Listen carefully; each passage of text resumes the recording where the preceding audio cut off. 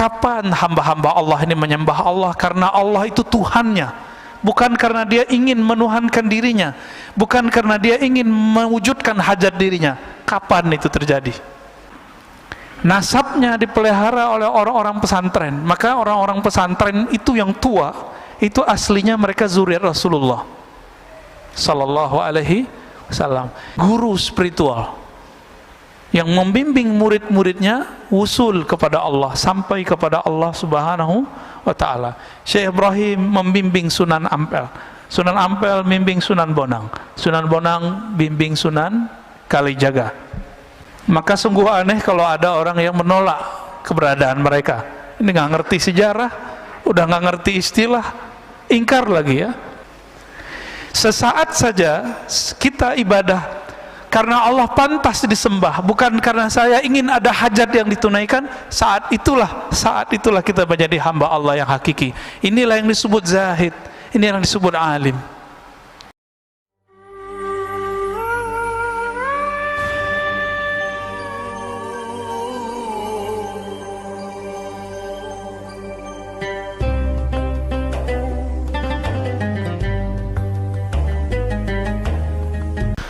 Assalamualaikum warahmatullahi wabarakatuh.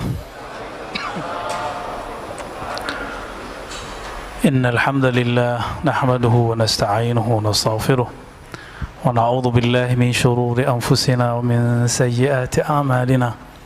May yahdihillahu fala mudilla lahu wa may yudlil fala hadiya lahu. Ma ba'd.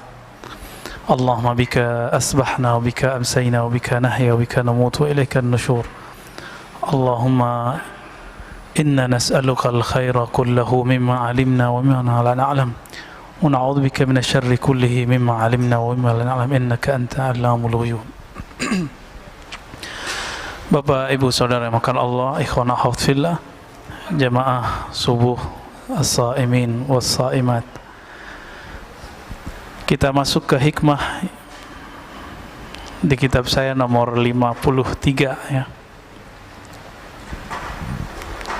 Sebelumnya semoga Allah membuka hati dan pikiran kita. Mari kita baca surah Al-Fatihah. A'udzu billahi minasyaitonir rajim. Bismillahirrahmanirrahim. Ar-Rahmanir-Rahim.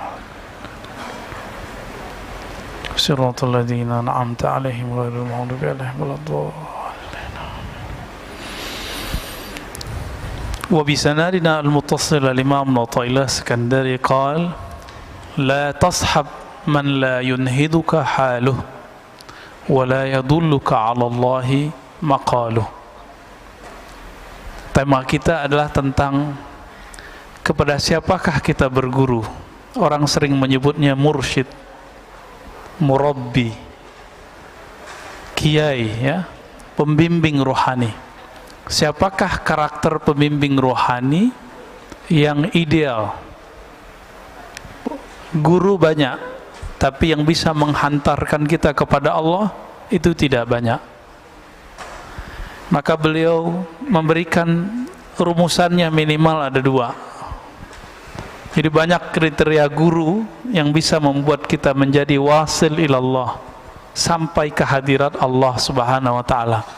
Sampai itu bukan berarti kita pindah-pindah. Allah itu kan maha dekat. Guru yang begini bisa menghidupkan kalbu kita sehingga merasakan kedekatan dengan Allah subhanahu wa ta'ala. Siapakah orangnya? Imam Athaillah Iskandari qaddasallahu sirrahu yaqul la tashab, janganlah engkau bersuhbah, berguru yang betul-betul dijadikan sebagai panutan lahir dan batin kita. Man la yunhiduka haluh, siapa yang hal itu kondisinya baik zahir ataupun batinnya, perubahan-perubahan pada si guru ini, la yunhiduka, tidak membuat ruhanimu bangkit. Jadi ama guru yang begini, bersama beliau, membersamainya beberapa saat, membuat kita kemudian bangkit dari kemalasan kita beribadah kepada Allah Subhanahu wa taala. Itu yang pertama. Dan yang kedua, wala yadulluka 'alallahi maqaluh. Mursyid itu level syarat keduanya adalah makalnya, kalam-kalamnya, baik kalam lahirnya ataupun kalam batinnya, yadulluka 'alallah, menunjukkan kamu jalan kepada Allah. Maka yang tidak masuk kepada kedua kategori ini cukup dijadikan sebagai ya penceramah aja. Oh, itu ustadz pengajar di masjid saya, tapi bukan dijadikan sebagai panutan lahir batin. Jadi man huwal mursyid al-kamil, siapakah mursyid yang ideal? Pertama, halnya dia membuat kita bangkit. Yang kedua, makalnya, kalamnya dia membuat kita teringat, terarah kepada Allah Subhanahu wa ta'ala. Sekarang orang mencari mursyid, mencari guru, tapi dihadapi dua hal ini. Yang pertama, orang yang baru hijrah. Apa yang didapat? Oh, yang penting ustadznya ngomong Quran Sunnah. Belum tentu semua orang yang mengutip Quran dan Sunnah kalamnya itu membangkitkan isi kolbu dan menunjukkan kepada Allah. Belum tentu. Siapa tahu dia bersembunyi dengan dalil-dalil itu dalam keegoannya. Bisa jadi dia bersembunyi dengan kalam-kalam mulia Al-Quran dan Sunnah untuk membenarkan pendapat pribadi dan kelompoknya. Orang ini belum masuk. Ada juga yang halnya itu dibuat-buat, dibuat-buat nangis, dibuat-buat kayak tawadu, penampilannya juga nggak natural, ya. Dibuat-buat seakan-akan dia seorang syekh, jadi badut. Banyak sekarang mursyid-mursyid badut, syekh-syekh yang bawa-bawa thariqat sufi kah, majelis zikir kah, majelis-majelis salawat, tapi kayak jadi badut. Apa maksudnya? Badut itu gimana, Pak? Itu asli muka dia nggak begitu? Enggak. Sama, dia memerankan aja. Nanti kalau dilepas hilang. Maka jangan berguru karena penampilan seseorang. Bergurulah karena hal ruhaninya. Hal ini pemberian dari Allah Subhanahu wa ta'ala. Jadi nggak bisa dibuat-buat, Pak. Nggak bisa dibuat-buat nangis, nggak bisa dibuat-buat tersentuh, nggak bisa. Emang dari sononya sudah begitu.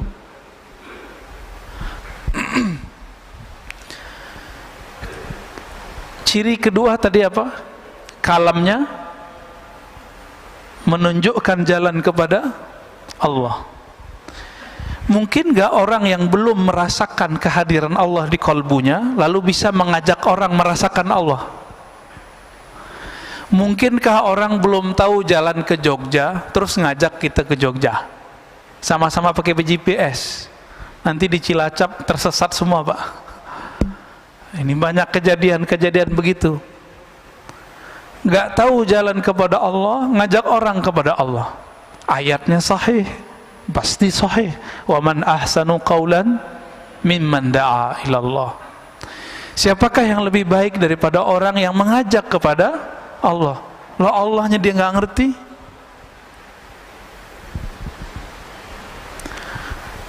Maka ada tipe sekarang yang kedua, orang-orang mencari, kalau tadi yang penting ada Quran sunnahnya, yang kedua yang penting ada zikirnya.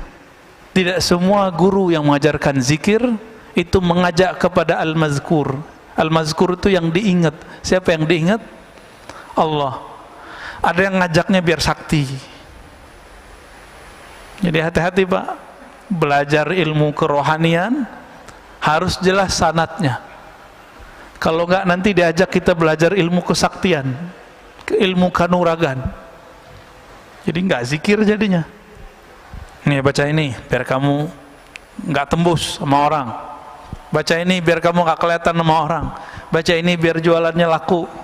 baca ini supaya semuanya agar sampai kepada maksud diri, bukan kepada Allah Subhanahu wa ta'ala.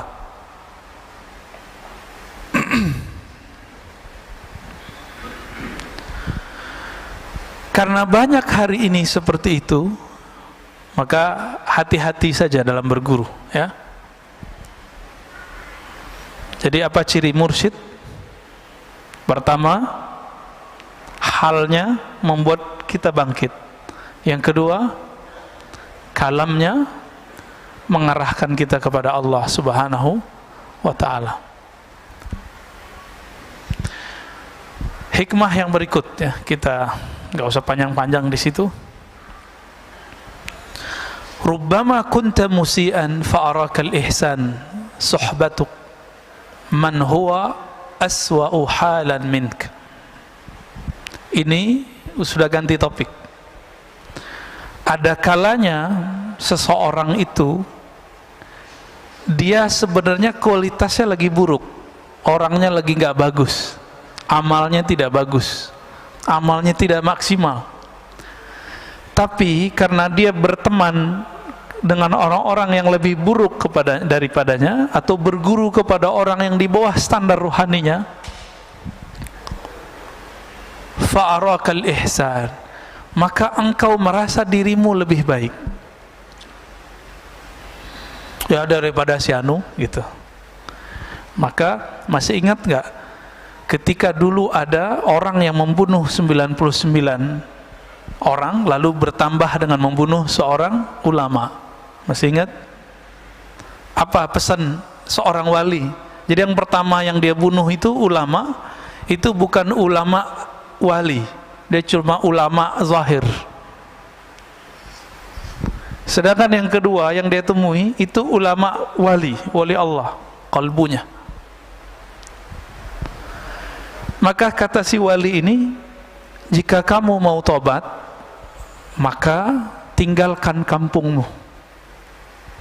Karena kampung dia ini punya komunitas yang akhlaknya begitu semua. Jika dia balik kepada mereka, dia akan merasa biasa. Wah, di sini mah biasa bunuh orang. Disuruh dia keluar, itu maksudnya. Maka Bapak selamatkan Allah, kalau ada orang kecanduan narkoba, udah di terapi, udah di segala macam, tapi kalau dia kembali ke komunitasnya, baik komunitas online ataupun offline-nya, nanti dia akan kembali ke masa lalunya. Jadi caranya gimana? Dia harus ganti nomor, ganti komunitas. Karena sekarang komunitas itu nggak komunitas fisik, sudah ada semua dalam genggaman handphone. Jadi harus ganti nomor itu orang, ya. Jadi kalau ada keluarganya yang kena, nggak cukup dibawa ke tempat terapi narkoba, nggak cukup. Putus komunikasi dia dengan sebelumnya. Dia menjadi orang baru. Nah, ini yang terjadi pada zaman Bani Israel dan hadisnya sahih. Maka Imam Asy-Syarqawi mengatakan, suhbatu man huwa dunak dararun mahdun. Engkau berteman, bahkan berguru kepada orang yang lebih buruk halnya daripada kamu, dararun mahdun. Ini adalah kemudaratan murni. Li'annaha tughti anka uyubak. Karena itu membuat kamu merasa aibmu tertutupi, wa tubayyin laka kamaluk, dan membuat kamu merasa sempurna. Nah, ini bahayanya. Jadi kalau kita berteman, punya komunitas yang buruk, kita akan merasa jadi orang terbaik di antara orang yang buruk. Mau Pak? Menjadi yang terbaik di antara orang-orang yang buruk. Na'udzubillah min dzalik. Maka berguru ini ada dua macam dalam kitab. Suhbatul iradah, kemudian suhbatul tabarruk. Berguru itu ada dua. Berguru kita ingin jadi muridnya, namanya suhbatul iradah, suhbat iradah. Berguru kita pengen jadi muridnya. Kalau murid patuh nggak sama gurunya? Kalau kita punya guru di sekolah, ada tugas nggak? Ada PR nggak? Ada. Ada jam jam tertentu kita kemudian membangun komunikasi dengannya. Itu guru yang sudah kita jadikan sebagai sohbatul iradah. Iradah orangnya disebut murid. Apa arti murid? Murid bahasa Indonesia apa bahasa Arab, Pak? Bahasa Indonesia ya? Bukan. Murid itu bahasa Arab. Murid itu dari kitab-kitab tasawuf. Makanya aneh orang-orang hari ini, dia punya sekolah disebut murid-muridku, tapi dia membid'ahkan tasawuf, Pak. Padahal istilah murid itu dibawa oleh ulama kita dulu dari tanah Arab, dari Gujarat, dari mana-mana, dari Samarkand, masuk ke negeri ini, mereka menjadi mursyid, jadi guru. Orang-orang yang belajar kepada beliau disebut dengan murid, sohbatul murid. Datang Maulana Ibrahim As-Samarkandi ke Indonesia, pertama ke Campa, kemudian ke Palembang, lalu beliau ke Makassar, terus beliau ke Tuban. Itu orang-orang yang ditemuinya itu jadi muridnya, maka sekarang kita lihat keturunan Arab di Indonesia minimal ada 2 gelombang besar. Pertama, gelombang awal ya, tahun 1300-an, tahun 1400-an. Itu Syekh Ibrahim As-Samarkandi di Tuban. Anaknya Sunan Ampel. Ya, Sunan Ampel itu anaknya beliau. Itu bukan orang Indonesia, Pak. Orang Samarkand, lama di Gujarat, berguru di Hadramaut, keturunan Rasulullah sallallahu alaihi wasallam. Jadi yang mengislamkan negeri ini itu zuriat Nabi. Cuma sayangnya generasi kedua Hadramaut baru, jadi boleh disebut Hadarim al-Jadidah. Kalau yang pertama Al-Qadimah, yang pertama ini nasabnya dipelihara oleh orang-orang pesantren, maka orang-orang pesantren itu yang tua, itu aslinya mereka zuriat Rasulullah sallallahu alaihi wasallam. Gelar Gus itu ganti dari Sayyid, Pak. Maka nggak boleh sembarangan gus-gusan, ya, gawagis, gus, terjadi gugus, guguk, ya, hati-hati. Itu gelar kalau kita bukan anak kiai jangan pakai deh. Itu sama kayak Raden, sama kayak Andi kalau di Makassar, ya, mirip-mirip itu. Jadi kalau bukan keturunan itu jangan dipakai. Oh, orang manggil kita Gus, bilang saya bukan anak kiai. Oh, ilmu saya lebih tinggi dari anak kiai, itu urusan lain. Itu urusan lain, ya. Keturunan beliau-beliau inilah yang kemudian sampai ke pendiri Nahdlatul Ulama Hadratus Syekh Hashim Asy'ari. Walaupun saya bukan orang yang hidup di komunitas itu, tapi ayah saya bilang, nama kamu dulu diambil dari nama beliau. Maka nama saya belakangnya ada Hashimnya, ya, alhamdulillah. Itu semua keturunan dari sana, Pak. Keturunan Syekh Ibrahim As-Samarkandi, ya. Nanti turunnya ke Sunan Ampel, Sunan Ampel ke Sunan Bonang, terus sudah kemana-mana, baik muridnya ataupun keturunan nasabnya. Yang belakangan ini karena komunitasnya lebih kuat, ilmu sanatnya lebih kuat, ilmu nasabnya lebih bagus. Akhirnya nasabnya dijaga dalam nama Rabithah Alawiyah. Jadi kalau orang Rabithah Alawiyah ini ngerti, dia pasti tidak akan pernah mengingkari yang sebelumnya. Cuma dia akan ngomong, kami nggak bisa mengetahui nasabnya secara detail. Gitu aja ngomongnya. Jangan ingkar, Pak, kualat nanti. Karena belum ada apa-apa, mereka sudah dahuluan generasi pertama, ya. Jadi beliau-beliau itu semuanya adalah mursyid, guru spiritual yang membimbing murid-muridnya wusul kepada Allah, sampai kepada Allah Subhanahu wa ta'ala. Syekh Ibrahim membimbing Sunan Ampel, Sunan Ampel membimbing Sunan Bonang, Sunan Bonang bimbing Sunan Kalijaga. Cuma kan kalau cerita-cerita yang ada kan ceritanya agak aneh-aneh tentang Sunan Kalijaga ini, ya. bercampur antara mitologi dengan fakta sejarahnya. Yang pasti mereka ada. Maka sungguh aneh kalau ada orang yang menolak keberadaan mereka. Ini nggak ngerti sejarah, udah nggak ngerti istilah, ingkar lagi ya. Benarlah kata imam-imam kita terdahulu, apa kata mereka? Al-mar'u aduwwun ala ma jahil. Orang akan memusuhi apa yang dia tidak tahu. Benar Pak ya? Maka semakin banyak orang mengerti, semakin sedikit ingkarnya. Jadi Bapak ini, di antara jamaah ini kalau banyak ingkarnya, berarti banyak jahilnya. Pengurus banyak ingkarnya, banyak jahilnya. Itu di mana-mana tuh begitu ya, main komentar aja, dikit-dikit komentar lagi ya. Itu tanda kasratul jahil, banyak jahilnya daripada banyak bijaknya. Orang bijak itu bicara kalau penting, nggak penting nggak usah bicara. Yang kedua, suhbatut tabarruk, berguru tapi ngambil berkah aja. Nah, ini yang Bapak lakukan setiap pagi, setiap malam di sini. Ada penceramah, ngambil berkah ilmunya. Mana yang lebih tinggi? Cuma sekedar ngambil berkah atau suhbatul iradah? Kalau suhbatul tabarruk, ngambil berkah, ya sekedar berkah aja Pak. Setiap kali Bapak Ibu, ikhwan akhwat fillah duduk di sini, malaikat mengatakan Allahumma sholli alaihi.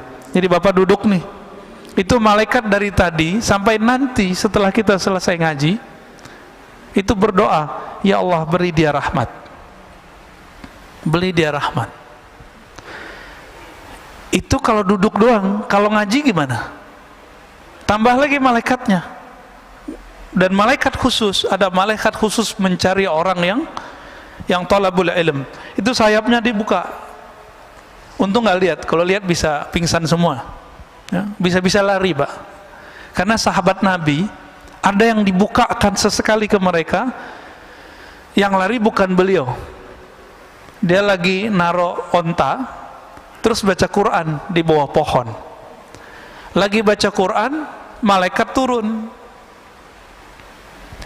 ditandai dengan awan turun, mendekat, dia nggak cuma beberapa di atas dia. Itu si onta ngapain? Gelisah lari Pak. Besok dia datang kepada Rasulullah dan dia katakan, wahai Rasulullah, ketika aku baca Quran di padang pasir, lalu ada satu pohon dan aku baca Quran di bawahnya, ada awan turun. Awan apakah itu? Apa kata Nabi? Itu malaikat rahmat. Malaikat yang sayang kepada orang yang membaca Quran, orang yang zikir, apalagi yang taklim. Yang taklim mereka lebih demen Pak. Jadi malaikat itu lebih respect sama orang yang ngaji daripada orang yang zikir. Lebih senang sama orang zikir daripada orang yang tidur. Bapak tidur aja di masjid dapat rahmat ya. Jadi duduk begini ini ngorok tiba-tiba, itu kan ada yang ngorok tuh ya. Itu langsung dirahmati oleh Allah dengan doa malaikat. Apalagi kalau suhbatut tabarruk, mengambil tabarruk. Jadi nanti kalau syuruk jangan sholat dulu, karena sholat itu manfaatnya cuma sendiri. Ini kan kajian ada nih tiap pagi, jangan sok soleh Pak, jangan sok alim ya. Wah udah syuruk nih, ngambil berkah dulu. Hadis sholat syuruk itu tidak sahih, dia cuma sampai hasan li ghairihi. Sedangkan hadis mengenai mendengarkan kalam, mendengarkan tabarruk dalam berguru, ngambil ilmu, ngaji, itu hadisnya sahih, ayatnya sangat jelas. Paham di situ? Jangan berulang-ulang lagi kita ingetin Pak ya. Kecuali Bapak mau jalan ya. Saya mau jalan, dalam hati ngomong, minta izin kepada Rasulullah, Allahumma sholli ala Muhammad, kita jalan. Jangan berdiri-berdiri aja ya, itu mengganggu. Malaikat juga bingung Pak ngeliat, loh ini majelis lebih mulia, kenapa dia pergi? Itu yang terjadi. Cuma kan kita nggak diperlihatkan oleh Allah. Coba apa dilihatin oleh Allah. Satu kali ada muridnya Imam Malik. Imam Malik ini kan ngajar di Masjid Nabawi. Mereka di sana sampai sekarang masih berlaku. Habis azan itu masih taklim, benar nggak? Habis azan masih taklim, Mbak Ana, 15 menit sampai 20 menit. Kita berapa menit? Habis azan berapa menit? 10 ya. Maka kita buru-buru ya. Ini aja masih ramai Pak. Coba kalau dikasih 15 menit, lebih ramai lagi kayaknya ke belakang. Ada beberapa masjid itu 20 menit saya lihat. Tapi ya ada jamaah yang nggak ngerti, protes juga. Giliran di Mekah nggak berani protes dia Masjidil Haram ya. Imam Malik ba'da azan itu nggak sholat sunat beberapa kali kalau lagi taklim. Beliau lanjutkan taklimnya. Seorang murid masukin kitabnya ke dalam tasnya, masukin, dibiarin aja Imam Malik. Udah selesai dia mau berdiri, Imam Malik nanya, ya gulam, hai bocah, kemana engkau? Apa kata orang ini? Wahai tuan guru, Imam Malik ya, aku hendak sholat sunat. Kata Imam Malik, apa hukumnya sholat sunat? Namanya sholat sunat. Sholat sunat rawatib hukumnya apa? Sunat. Ditanya lagi, kalau ngaji hukumnya apa? Bingung dia Pak. Oh kalau ngaji wajib, yaudah kamu duduk. Lebih utama ngaji sesaat kita mendengarkan orang berkalam. Walaupun kalamnya nggak benar-benar amat Pak, tapi karena niat yang tulus itu Allah angkat. Yarfa'illahu allazina amanu minkum walladzina utul ilma darajat. Orang yang diberikan ilmu, diberikan iman, Allah angkat darajat, bukan satu derajat, darajat. Darajat itu bahasa Arab disebut sebagai jamak plural, derjat, derjat, derjat. Kita nggak tahu seberapa banyak derjatnya.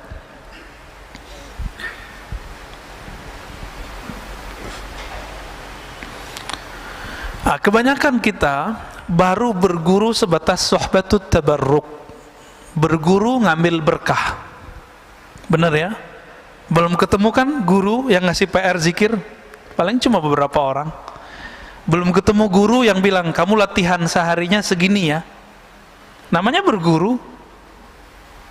Oh nanti muncul orang-orang yang nggak mengerti bab ini terus bilang, lo nggak boleh zikir pakai hitung-hitungan. Lo orang ini lagi jadi murid. Kalau lagi jadi murid suka-suka gurunya. Coba bapak anaknya sekolah nggak? Mana dalilnya? Suruh nulis 1 halaman. Ada nggak? Nggak ada kan? Sekarang dalilnya apa? Anak sekolah yang nonton YouTube. Tontonlah YouTube dengan link ini kan. Mana dalilnya? Kenapa itu dibolehkan? Tapi giliran ahli kolbu punya murid nggak boleh menata sebuah kurikulum. Jadi kalau nanti berguru kepada ahli kolbu, ahli zikir, pasti nanti dikasih kurikulum zikirnya. Nah, beruntung Bapak kalau sudah punya guru begitu. Jarang Pak orang berguru begitu. Ini kita lihat nih di antara Bapak paling cuma 10% yang sudah punya guru suhbatul iradah. Makanya kalau diam itu masih bingung mau nggak baca apa ya. Ini bukan case di sini Pak, case di tanah haram, haramain, Mekah Madinah. Ya, Bapak coba ingat-ingat waktu di Mekah Madinah, orang pada bengong aja ngeliatin orang lewat, benar nggak? Masuk yang di depan saya banyak yang bengong tuh kalau duduk ngeliatin Ka'bah atau ngeliatin orang lalu lalang kiri kanan gak jelas. Coba kalau dia punya guru, gurunya bilang nanti kalau kamu sampai di haram bacalah zikir ini. Jadi ada pegangan dia. Tapi karena nggak punya pegangan, nggak punya zikir, apa yang mau dibaca? Kira-kira begitu ya.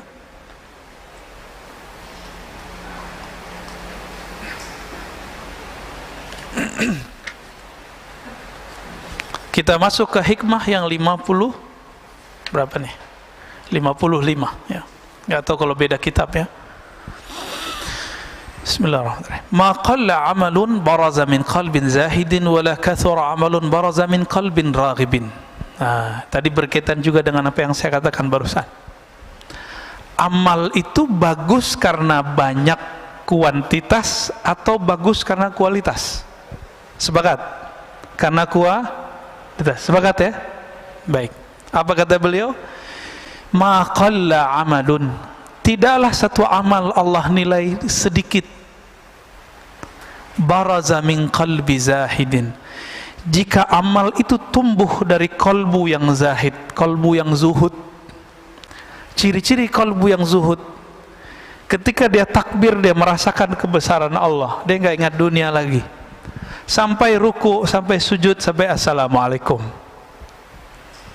Ini udah nggak khusyuk, orang lagi ngaji, sholat syuruk. Kira-kira gimana tuh Pak hasilnya? Ya, nggak jelas hasilnya. Kalau ada ustadznya agak tersinggungan, bisa marah-marah dia Pak ngelihat ada orang lagi sholat syuruk. Kecuali ustadznya bisa husnuzon, ya nggak ada masalah. Wala kathura amalun baraza min qalbin raghibin. Sebaliknya, satu amalan tidaklah disebut banyak jika muncul dari kolbu yang raghib, yang cinta kepada dunia. Ini saya ganti bahasanya sedikit. Ma qalla amalun baraza min qalbin arifin. Tidaklah sedikit amalan jika bersumber dari kolbu yang arif, yang kenal kepada Allah. Wala kathura. Sebaliknya tidak disebut banyak amal baraza min qalbin jahilin maridin, jika bersumber dari kolbu yang jahil, tidak mengenal Allah, marid, yang sakit. Ciri-ciri kolbu yang sakit apa? Salat itu adalah alazzu ghazair ruh.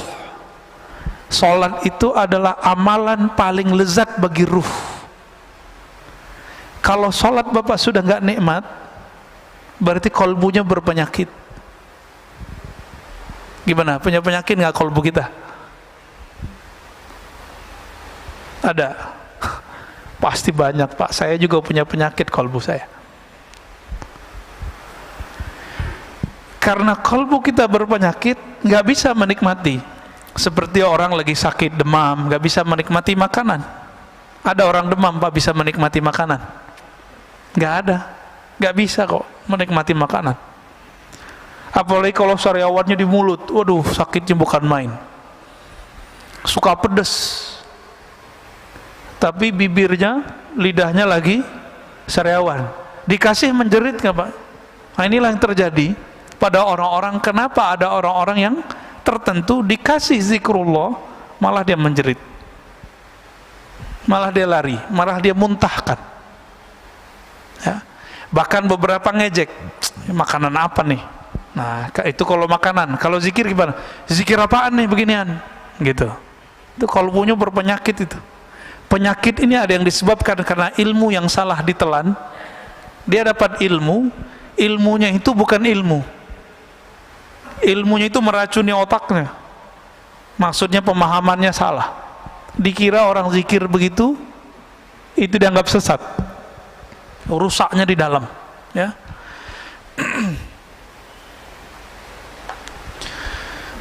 Itulah sebabnya ada sebuah hadis dalam Ibnu Majah, satu bab ilmu lebih afdal daripada 100 rakaat ahli ibadah. Satu bab ilmu. Ini kita udah 3 bab nih Pak dari tadi. Ya, udah 3 bab dari tadi. Udah 300 rakaat. Gampang kan? Kalau masuk ke hati insya Allah. Tapi yang penting berkahnya sudah dapat semua. Ya, alhamdulillah. Bahkan Imam Syafi'i meriwayatkan lain lagi. 1000 rakaat. Satu bab ilmu lebih utama daripada 1000 rakaat. Itu levelnya Imam Syafi'i. Ya. Maksud beliau, orang yang mengenal Allah, sesaat dia beribadah kepada Allah lebih afdal daripada abid orang yang ahli ibadah 1000 rakaat. Begitulah wali-wali Allah Pak. Wali-wali ini ada tingkatan-tingkatannya. Semakin tinggi tingkatannya, satu nafasnya lebih afdal daripada 1000 rakaat kita. Kalau mereka sudah sampai ke level tinggi. Nabi itu diamnya sudah zikir. Seandainya Nabi itu nggak sholat itu boleh Pak seharusnya. Itu kan logikanya Aisyah. Apa kata Aisyah? Wahai Rasulullah, ngapain engkau sholat mulu? Kan engkau sudah diampuni. Apa logika Aisyah? Engkau nggak perlu sholat wahai Rasulullah. Kira-kira begitu. Sholat sunat loh ya, bukan sholat wajib. Sholat wajib kan langsung dari Allah wajib. Apa kata Nabi? Enggak. Afala an akuna abdan syakura. Kenapa aku tidak boleh menjadi hamba yang bersyukur? Maka sholatnya Nabi itu karena dia sudah mengenal Allah, sholatnya adalah sholat syukur. Setiap sholat. Maka kakinya kapalan. Kalau kita punggung kita kapalan, Pak, karena tidur. Jadi Nabi itu sholatnya sholat syukur. Maksudnya apa sholat syukur? Beliau itu merasa sangat berterima kasih kepada Allah, mengemban nur yang Allah pilihkan kepadanya. Sebagai tanda syukur, maka beliau sholat setiap hari, setiap malam. Bahkan beliau sholatnya pun dalam keadaan diam. Jadi Nabi ini sholatnya ada yang sholat fisik, ada yang sholat diam. Apa kata Sayyidatuna Aisyah? Karena Rasulullah sallallahu alaihi wasallam yazkurullah fi kulli ahyani. Rasulullah atau ala kulli ahyani selalu mengingat Allah setiap nafas, setiap detik, setiap saat. Jadi setiap nafasnya itu zikrullah. Kita udah dalam sholat gak ingat Allah. Ini beda sholat kita sama Rasulullah sallallahu alaihi wasallam.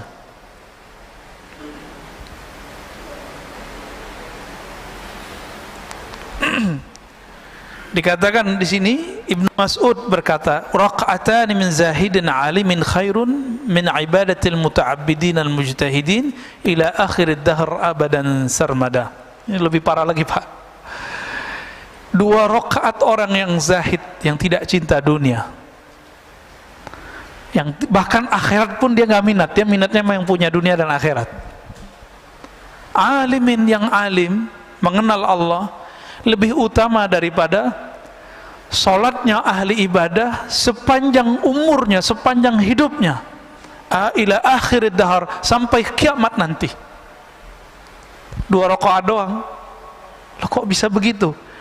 Kalau ahli ibadah dia sholat, dia ibadah karena ingin sesuatu yang dia dapat. Sedangkan orang yang mengenal Allah ini, dia menyembah Allah karena Allah pantas disembah. Bapak puji saya 1000 kali, tapi karena pengen dapat sesuatu dari saya. Tapi ada di antara bapak ini berteman dengan saya cuma sebentar, tapi bertemannya benar-benar ingin jadi teman. Saya milih yang kedua apa yang pertama, Pak? Kalau bapak dikasih pilihan nih, pertama apa yang kedua? Muji kita, Masya Allah, tapi dia pengen sesuatu dari kita, ya, pujian matre.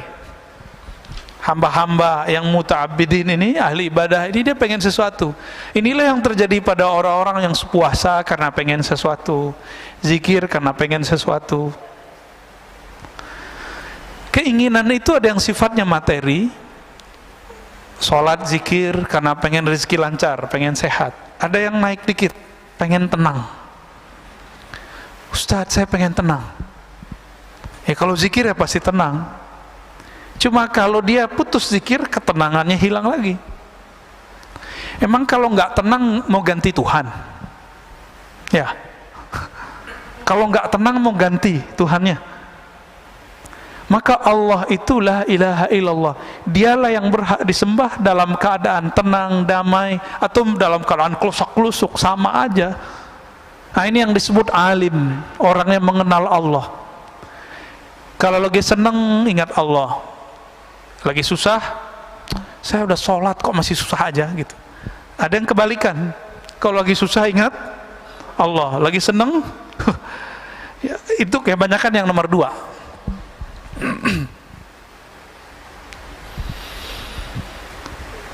Sholawat juga gitu, Pak. Orang sholawat sekarang apa? Sholawatlah kamu, kalau ngelihat Pajero sholawat, ngeliat Mercy sholawat, ngeliat BMW sholawat. Biar apa? Biar dapet matre semua. Jadi Nabi ini kan mandang kolbu kita juga, kan beliau sudah masuk ke alam ruhani, maka beliau ngerti isi hati kita. Bahkan di masa beliau hidup, beliau mengatakan, uridat alayya a'malu ummati, amal umatku sudah disetor semua kepadaku. Dari beliau hidup sampai beliau mau meninggal,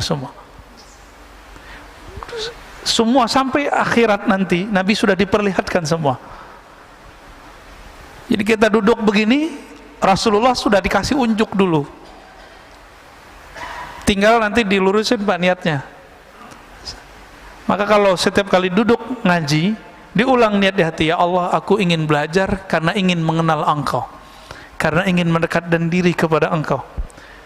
Itu sebabnya ulama Syafi'iyah selalu mengingatkan orang-orang kalau mau sholat, belakangnya harus ada niat lillahi ta'ala. Ini dibid'ahin sama kawan kita ya. Dia nggak ngerti tujuan ulama kita untuk apa. Kalau Nabi mah nggak perlu pakai usoli-usolian, nggak perlu pakai nawaituan. Kalau Nabi, sahabat Nabi nggak perlu, kita perlu Pak, karena niat kita kadang tidak benar kepada Allah Subhanahu wa ta'ala. Kapan hamba-hamba Allah ini menyembah Allah? Karena Allah itu Tuhannya, bukan karena dia ingin menuhankan dirinya, bukan karena dia ingin mewujudkan hajat dirinya. Kapan itu terjadi? Sesaat saja kita ibadah karena Allah pantas disembah, bukan karena saya ingin ada hajat yang ditunaikan. Saat itulah kita menjadi hamba Allah yang hakiki. Inilah yang disebut zahid, ini yang disebut alim. Ini yang sering disalahpahami. Sayyidatuna Rabi'atul Adawiyah, perempuan yang sangat indah budi pekerti dan ruhaninya. Beliau ini pernah berkalam, kalamnya ini disalahfahami oleh orang-orang yang jahil. Apa kata beliau? Ya Rabb, ma'abadtuka rajaan lil jannati. Ya Rabb, tidaklah aku menyembahmu karena aku harap dapat surgamu. Tidaklah aku menyembahmu ya, khaufan min narik, karena takut neraka engkau. Ini dianggap oleh mereka, si Rabi'ah ini sesat. Kenapa? Masa ibadah bukan karena surga? Inilah orang jahil menentang orang yang alim. Di dalam Al-Quran itu ada dua jenis surga Pak. Surga yang dikatakan oleh Rabi'ah itu surga syahwat, hurain. Ya dia sudah perempuan, dia nggak minat sama hurain. Ibu-ibu ini, akhwat ini bisa coba bayangkan, baca semua kisah di Quran, itu lebih banyak cerita untuk menyenangkan laki-laki, bener nggak? Ini jujur aja nih Bu, jujur. Perempuan disebutkan sebagai objek syahwat di dalam Al-Quran, bener nggak? Kenapa? Karena Nabi yang diturunkan laki-laki, yang mendengarkan waktu itu kebanyakan laki-laki. Maka tidak jarang perempuan bertanya, loh itu hurain, bidadari, kita punya bidadara nggak? Begitu kalau perempuan yang kritis. Pasti ada pertanyaan begitu. Pernah terbersit nggak ini ibu-ibu ini? Enggak ya? Enggak baca terjemahannya berarti ya. Tapi semoga sebagian memikirkan itu. Gimana cara memahaminya? Maka Rabi'atul Adawiyah, karena dia sudah paham, di Quran semuanya begitu. Maka beliau mengatakan, ya Rabb, aku beribadah ke surga, aku ibadah kepada engkau bukan karena surgamu, tapi karena engkau yang mempunyai surga. Surga ini ada dua, ada surga syahwat, ada surga ru'yat, surga memandang. Yang dimau oleh Rabi'ah adalah memandang Allah Subhanahu wa ta'ala. Makanya Rabi'ah ketika dilamar oleh seorang laki-laki itu nggak mau nikah Pak, karena dikasih pertanyaan sama dia. Jadi maharnya dia adalah pertanyaannya bisa dijawab nggak. Berat kalau ketemu Rabi'ah. Saya mungkin nggak lolos Pak. Saya ketemu Rabi'ah mungkin mental 7 kali lipat kali ya. Pertanyaan dia satu aja. Ada yang tahu pertanyaannya apa? Nih satu riwayat ya. Jika aku menikah denganmu, kamu bisa jamin nggak nanti aku bisa bertemu Allah? Kira-kira itu Pak. Mana ada suami bisa begitu Bu? Gak ada. Benar nggak nih para suami yang jomblo-jomblo? Udah ketemu Allah belum? Belum ya? Disitulah beratnya. Maka Bapak Saudara makan Allah, Rabi'ah ini dia surganya bukan lagi surga syahwat, surganya surga ru'yat. Apa arti ru'yat? Memandang Allah. Itu yang dia mau. Apa gunanya masuk surga kata Rabi'ah, tapi nggak ketemu yang punya surga. Bapak saya fasilitasi di satu tempat. Tempat itu villa punya saya. Tapi saya nggak mau ketemu, Pak. Datang lagi, saya nggak mau ketemu. Udah makan aja, tidur aja, saya nggak mau ketemu. Awal-awal senang, lama-lama pengen ketemu nggak? Penasaran nggak? Penasaran. Itulah yang terjadi kepada ahli surga. Maka nanti pencarian ma'rifatullah, mau mengenal Allah, tidak berakhir dengan kematian. Nanti berlanjut nanti di surga. Maka di surga apa kata Nabi? Ada sekelompok orang, laisu minal anbiya wala minas syuhada. Mereka bukan para nabi, bukan juga para syuhada. Tapi yaghbituhumul anbiya wa syuhada. Tapi para nabi, para syuhada itu ghibtah kepada mereka, iri kepada mereka, iri yang positif. Heran, loh kok mereka dapat posisi ini? Bukan berarti posisinya lebih tinggi dari para nabi, tidak. Lalu kemudian Allah ditanya, ya Rabb, itu siapa ya Rabb? Yang tanya pastinya para nabi. Apa jawaban Allah Ta'ala? Mereka itu adalah orang yang saling menyayangi biruhillah, karena ruhullah. Ruhullah itu adalah cinta dan rahmat Allah Subhanahu wa Ta'ala. Bukan karena harta yang mereka bagi, bukan karena syahwat yang mereka punya, tapi karena ruhullah. Siapa yang cintanya karena Allah itu, inilah yang mereka nanti Allah bawa dengan kecepatan cahaya, ala nurin, ya, min rabbih. Jadi nanti kalau kita beruntung, Pak, nama kita soalnya sudah ada di neraka, sudah ada di surga. Nih, nama Bapak ini ada di neraka, Fulan bin Fulan, ahlun nar. Di surga juga ada. Tinggal kita lagi bayar kredit surga atau bayar kredit neraka, atau mau dibayarin cash nggak? Mau dibayarin cash, ada pacarannya. Apa kata Nabi? Man qala la ilaha illallah dakhalal jannah. Siapa yang mengatakan la ilaha illallah, di hadis Imam Bukhari dikatakan min qalbihi au nafsi, dari dalam dirinya, betul-betul lisannya sama dengan di dalam kolbunya. Lisannya baca la ilaha illallah, kolbunya mengatakan aku tidak menyembah kecuali hanya kepada Allah, aku tidak bergantung kecuali hanya kepada Allah. Nggak bergantung ke vaksin, Pak. Kita vaksin aja, tapi jangan bergantung kepada vaksin, ya. Yang bikin vaksin juga lagi tengkar, Pak. Ya benar nggak? Ya semua kalau udah dipolitisasi, masya Allah, ya begitu jadinya. Negara di mana-mana, bukan di Indonesia aja, di mana-mana ini sekarang lagi politisasi, karena ini bisnis yang luar biasa. Ini bikin kita terganggu kadang-kadang ibadah kita. Bapak saudara makan Allah, kita lanjut ke hikmah yang 55. Ini agak maraton nih, biar banyak dapat hikmahnya. Kenapa ada orang amalnya bagus, dan bagusnya itu tertata rapi gitu, nggak ujuk-ujuk bagus tiba-tiba enggak. Ternyata beliau sudah menyebutkan itu terjemahan dari apa yang di dalam rohaninya. Kata beliau radhiyallahu ta'ala anhu, husnul a'mali nataiju husnul ahwal, wa husnul ahwal min at-tahaqquq fi maqamatil inzal.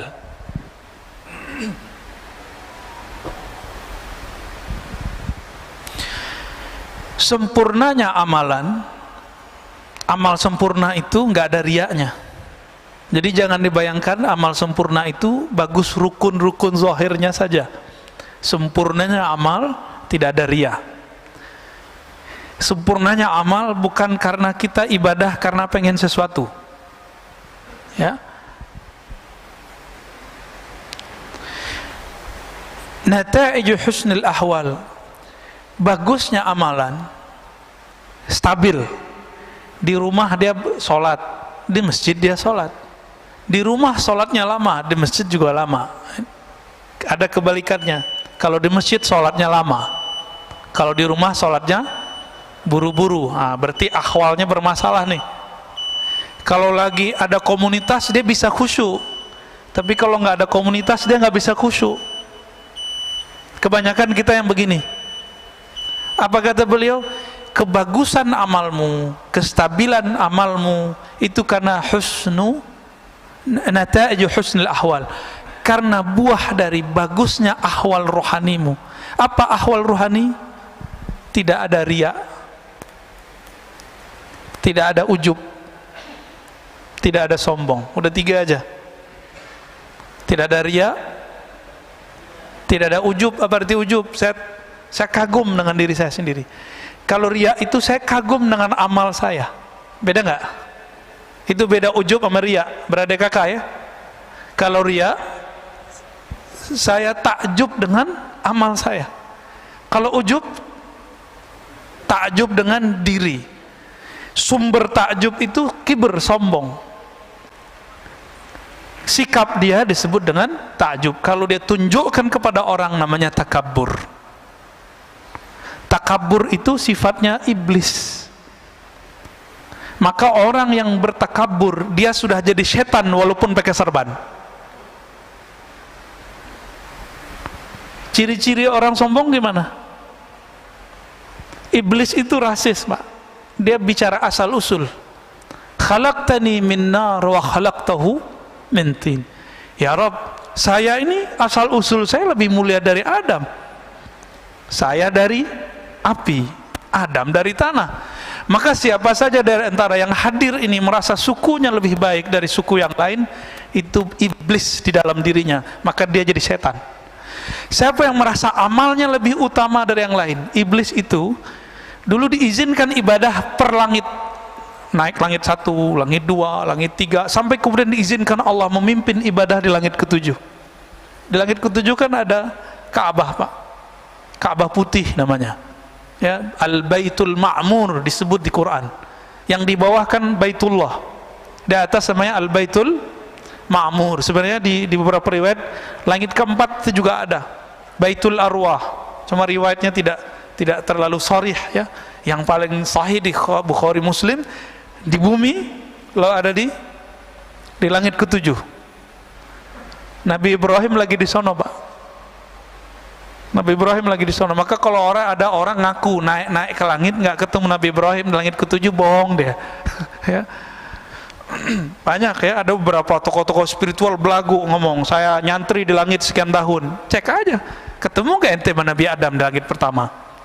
Ketemu nggak ente sama Nabi Isa di langit kedua? Kalau nggak, halu. Banyak orang halu itu hari ini. Serban bukan jaminan orang punya tingkatan tinggi. Kan nggak ada hadis sahih mengenai keutamaan serban orang yang tinggi. Tapi kalau habaib emang disunnahkan pakai serban, Pak, supaya tidak salah lihat, terutama kalau dia guru. Begitu dalam fatwa ulama-ulama Hadramaut. Jadi jangan suuzon juga kalau ada habaib pakai serban, ya. Itu dia lagi jaga nasabnya itu. Perintah dari guru-gurunya di Hadramaut, ya.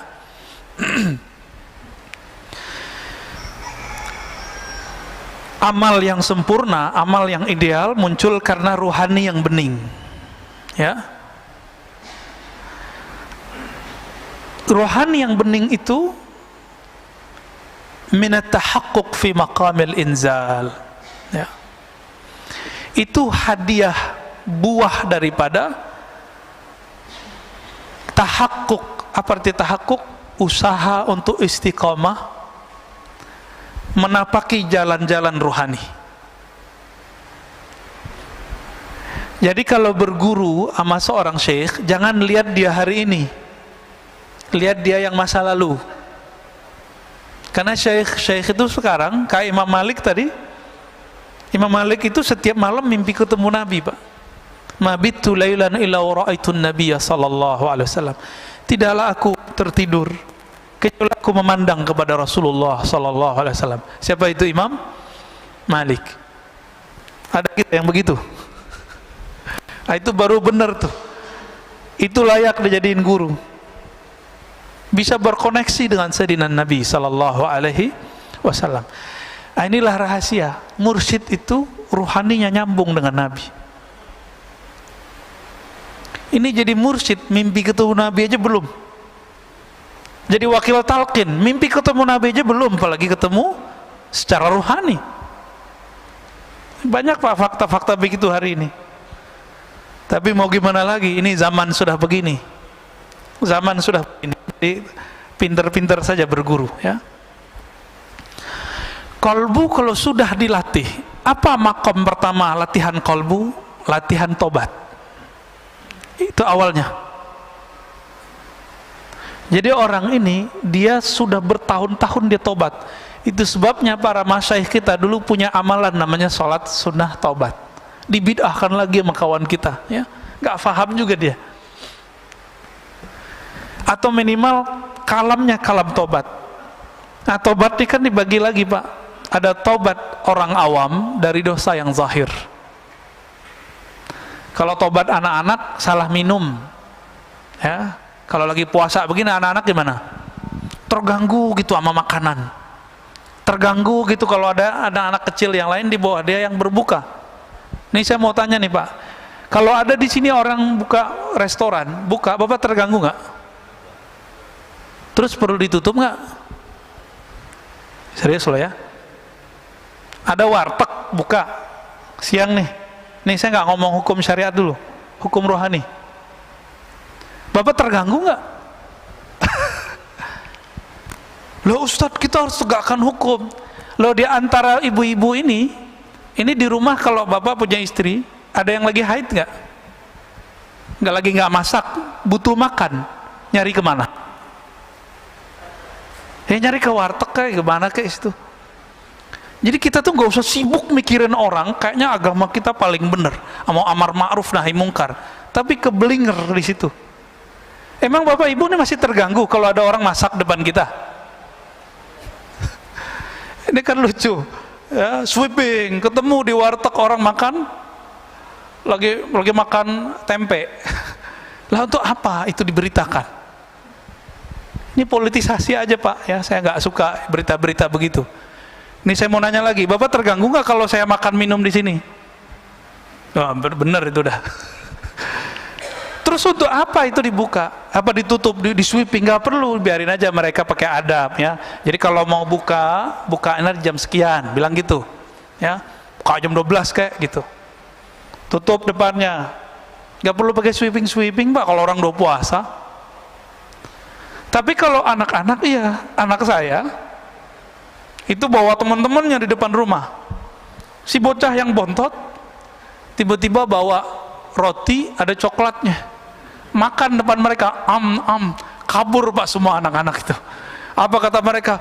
Aduh puasa gue nih parah nih adekmu Pak gitu. Itu puasa anak-anak, di depan saya masih anak-anak kan nih. Nah ini kita kalau ngomong hikam Pak ya. Tapi kalau pemerintah mau memutuskan misalnya tutup, ya nggak apa-apa juga, nggak masalah juga Pak sebenarnya. Tapi kalau Bapak masih terganggu, ya salam, ya puasa anak-anak berarti ya. Jadi apa yang harus dilewatin untuk tahapan pertama? Taubat anak kecil dari yang fisik tadi. Taubatnya orang awam dari hal-hal yang zahir, dosa mata, dosa telinga. Maka kalau orang awam sudah nggak dosa mata, nggak dosa telinga, nganggapnya sudah suci. Jadi mereka bingung, kok habis assalamualaikum masih ada istighfar. Padahal dia lupa, di dalam sholatnya dia tidak ingat kepada Allah Subhanahu wa ta'ala. Ini perlu diistighfarkan nggak nih sholat yang begitu? Inilah rahasia Rabi'atul Adawiyah mengatakan, astaghfirullah fi istighfari, atubullaha fi taubati. Aku minta ampun kepada Allah karena istighfarku tidak benar. Aku bertobat kepada Allah karena sholatku tidak khusyuk. Ada nggak yang pernah begitu Pak? Supaya sholat kita pas naik ke atas kan mau dilempar lagi. Nggak khusyuk, lempar. Tapi karena kita tutup, astagfirullah ya Allah, sholatku tidak khusyuk, diberi syafaat, naik juga Pak ke atas. Allah kan maha pengasih, maha penyayang. Kita berusaha khusyuk, belum khusyuk ya nggak apa-apa, yang penting kita ngaku tidak khusyuk. Mau nggak ngaku nggak khusyuk? Itulah tobat level 2, taubat ruhani. Taubat apa? Taubat ruhani. batinnya merasa kurang bener nih. Nah, ini aja Pak dibenerin, level 2 ini coba dipakai. Nanti bagus tuh amalannya. Nanti Bapak gampang nangis kalau zikir. Sholat aja gampang mewek Pak. Ini kalau nggak pakai kitab saya udah nangis-nangis dari tadi nih. Ya. Kenapa saya ngajar pakai kitab? Bukan karena gagah-gagahan pakai kitab, bukan. Ini cara saya untuk menahan diri. Karena kalau mau nangis setelah kitab hilang nangisnya Pak. Alhamdulillah ya. Guru saya ada beberapa, itu kalau sudah bahas bab begini, nggak ada kitab ataupun ada kitab nangis terus. Untungnya saya kalau ngeliat kitab langsung berubah. Ya alhamdulillah. Karena akalnya balik lagi. Kalau nggak cuma rasa yang muncul. Kalau rasa lebih dominan dari akal pikiran kita, kita bisa nangis setiap saat. Sujud nangis, ruku nangis, takbir nangis. Ntar orang-orang bilang, ini kenapa ini nangis? Ada Syekh Shinqiti, guru dari Syekh Salih Al-Maghamisi di Madinah, ngajar ba'da maghrib sampai isya, karena ada majelis biasanya di Masjidil Haram, di Masjid Nabawi. Habis Assalamualaikum itu langsung nangis. Mau ngomong lagi, baca ayat lagi, nangis lagi. Jadi ceramahnya dari awal maghrib sampai menjelang isya itu nangis Pak. Mau ngomong lagi nangis lagi, mau ngomong lagi nangis lagi. Nangislah semua orang yang di depan. Begitu mereka kalau ahwal rohaninya datang. Kenapa ahwal rohani yang bening itu tumbuh? Karena mereka tahakkuk fi maqamatil inzah. Mereka mau istiqomah, rajin menapaki jalan rohani. Yang pertamanya apa tadi? Taubat. Taubat mereka tidak lagi fisik, tapi sudah masuk taubat rohani, taubat kolbu. Babak satu maksiat zahir, satu hitam di sini. Tapi kalau ada maksiat batin, itu hitamnya lebih kenceng, lebih kayak aspal lengket. Disebut dalam bahasa Arabnya nuqtah sauda, noda hitam yang lengket. Itu hitam. Inilah yang menghalangi kita untuk tidak bisa memandang alam malakut, alam jabarut. Alam rasa, bisa merasakan dekatnya kita kepada Allah Subhanahu wa ta'ala. Ini yang dikatakan oleh Imam Ahmad, laula anna syayatin yahumuna ala qulubi bani Adam. Seandainya syaitan tidak mengerebut memenuhi kolbu manusia, ya, menutupi kolbu manusia, tentulah mereka tentulah mereka akan melihat malakutas samawat. Mereka akan mampu melihat alam malaikat. Jadi sahabat-sahabat tertentu Allah izinkan Pak bisa ngeliat malaikat. Ibnu Abbas ngeliat Jibril 2 kali. Malaikat siapa yang dilihat? Itu artinya nanti ada posisi kewalian pada orang ini. Ternyata Jibril tugasnya apa? Bawa wahyu. Maka tugas Ibnu Abbas nanti adalah menjelaskan makna wahyu. Disebut ahli tafsir. Tidak ada ilmu tafsir hari ini kecuali lewat Sayyidina Ibnu Abbas. Ada orang lihat Mikail, nanti tugasnya lain lagi tuh Pak. Tugas kerohaniannya. Ada yang suka ngeliat malaikat maut. Nah, nanti tugasnya nalkinin orang mati, ngelepas orang mati. Itu beda-beda tuh tugasnya. Allahumma shalli ala.